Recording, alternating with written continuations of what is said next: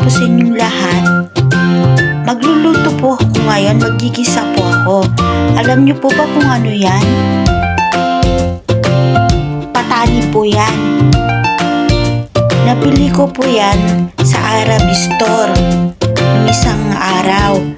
Kaya lang, hindi po fresh, kaya binabad ko po sa tubig muna magdamag at binalatan ko siya, inalis ko yung balat po at pinakulo ko para lumambot. Yan po yung patani. Patani na yung nahalo ninyo sa pinakbet. Di po ba? Papakita ko po sa inyo kung paano ko po yan lutuin mamaya. Ito naman po yung ihahalo ko dun sa patani. Igigisa ko po muna yung karne. Siyempre, hindi po ako gumagamit ng bawang at sibuyas, kaya onion pick. Yan. Kamatis at kunting luya. At itong karne. Yan po, igigisa ko po yan.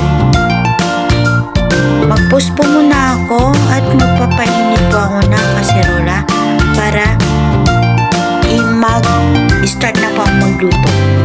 Sana magustuhan po ninyo. Ayan po, nilagyan ko po ng konti lang, konting-konting mantika lang po. Kasi yung karne, huwag mamantika rin naman. Ilalagay ko po itong karne ngayon. Ayan, ilalagay ko po. Igigisa po natin yan. Magiging brown ng konti. Tapos ilalagay natin yung kasama niya, yung mga kasama niya. Pasensya na po kayo kung paano ako mag-explain pag nagluluto ako. Hindi pa po kasi ako sanay na mag-video. Hindi na vlog yung ginagawa ko po. Kaya pagpasensya niyo po ako, ha. Salamat po. Ayan po, ihalo natin. Ihalo natin.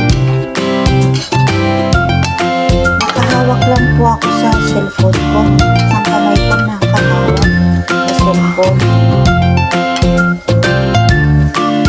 Hanggang sa mag-brown po yan ng konti. Ganyan po. Pang-isa.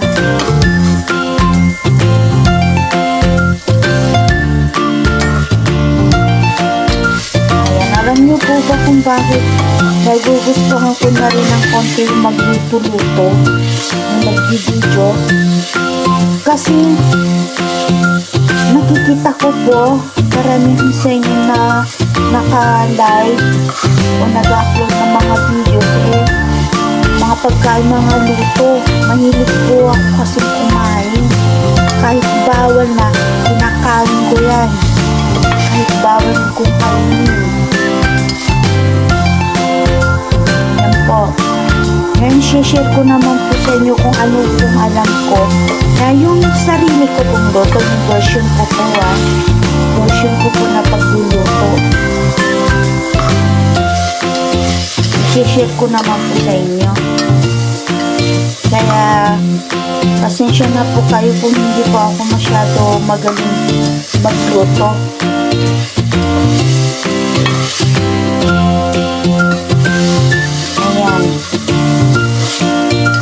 Halo-halo natin hanggang sa maging brown na konti.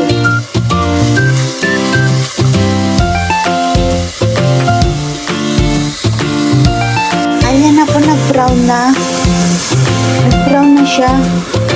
Ilalagay na po natin yung luya,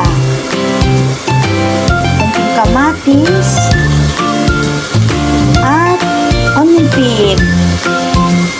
Mahilig po ako sa onion pick. Then ayoko po ng bawang at saka sibuyas. Kaya na lang po. Kung gusto po ninyo lagyan ng bawang at sibuyas, okay lang po sa inyo. Pero ako ayoko po. Hindi ko po kasi gusto. Tapos igisa natin. Ganyan lang po yan.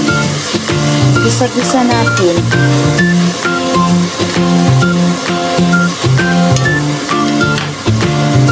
Hanggang sa mag-brown pa ng konti at lumambot itong mga nilagay kong sahog.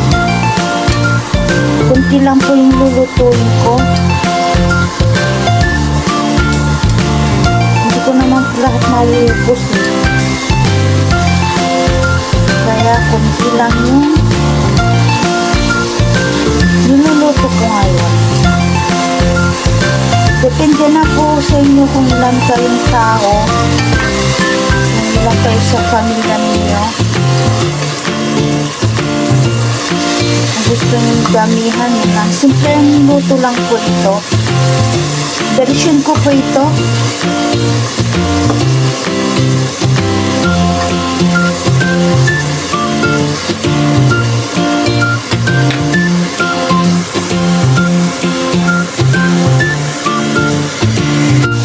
Ayun na po siya, okay na. Okay na po siya. Lalagyan po natin ngayon yung patani. Lalagyan po natin. Parang ito. Ayan. Ito yung patani. Diba?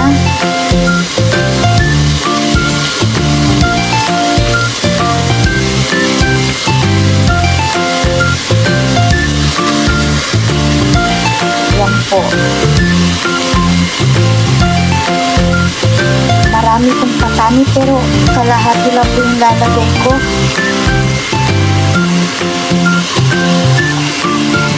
Kalahati lang. Tapos ihalo po natin. Ayan, ihalo po natin yan.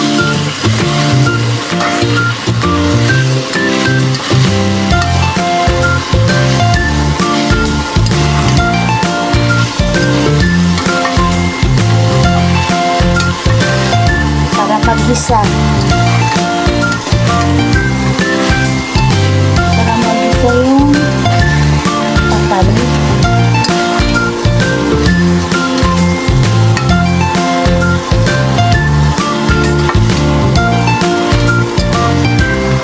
Ayan po.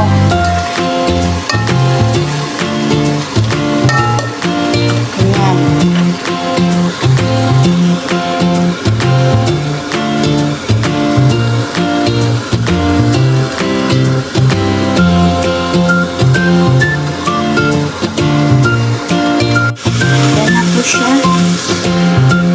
Lagyan po natin ng konti ng tubig. Konti lang po na tubig. Konti lang. Kalahati ng isang basong tubig. Tapos lagyan natin ng soy sauce. Konting soy sauce.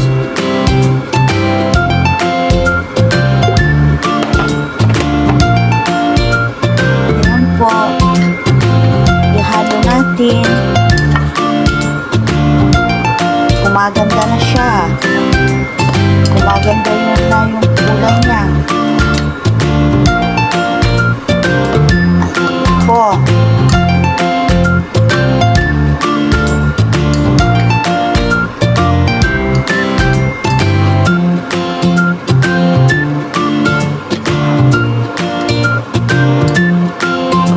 First time ko pong kumain ng ganito patani.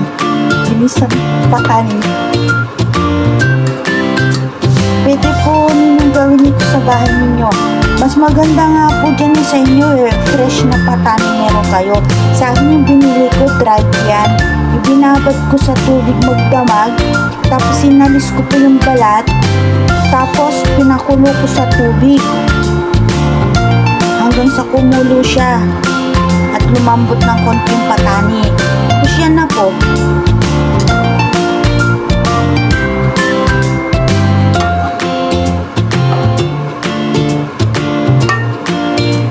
Meron po akong patis. Papakita ko po yung patis. Ayan yung patis ko.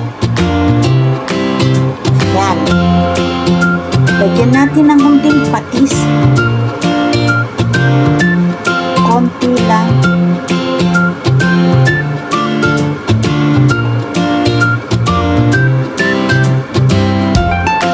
Yun.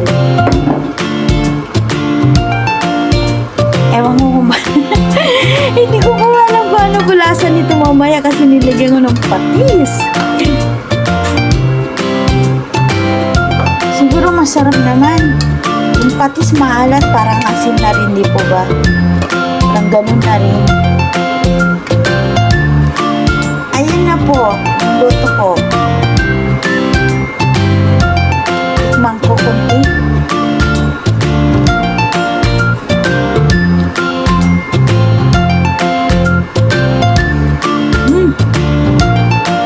Masarap naman.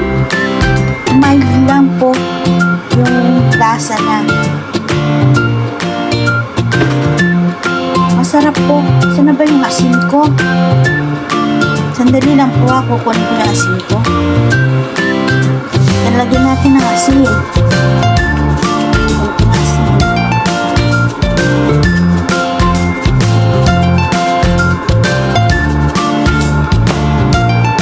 Ihalo natin ulit ng konti.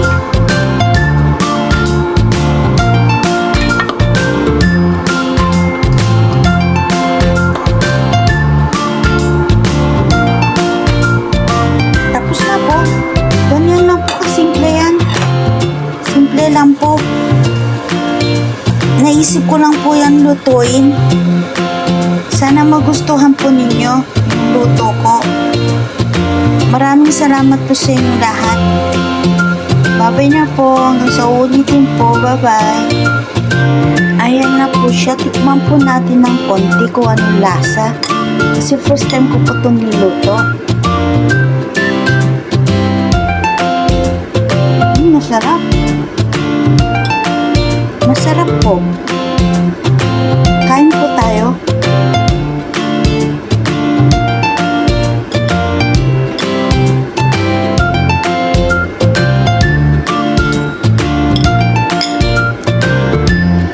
Masarap po siya. Subukan po ninyo sa bahay po ninyo na magluto po ng ganyan.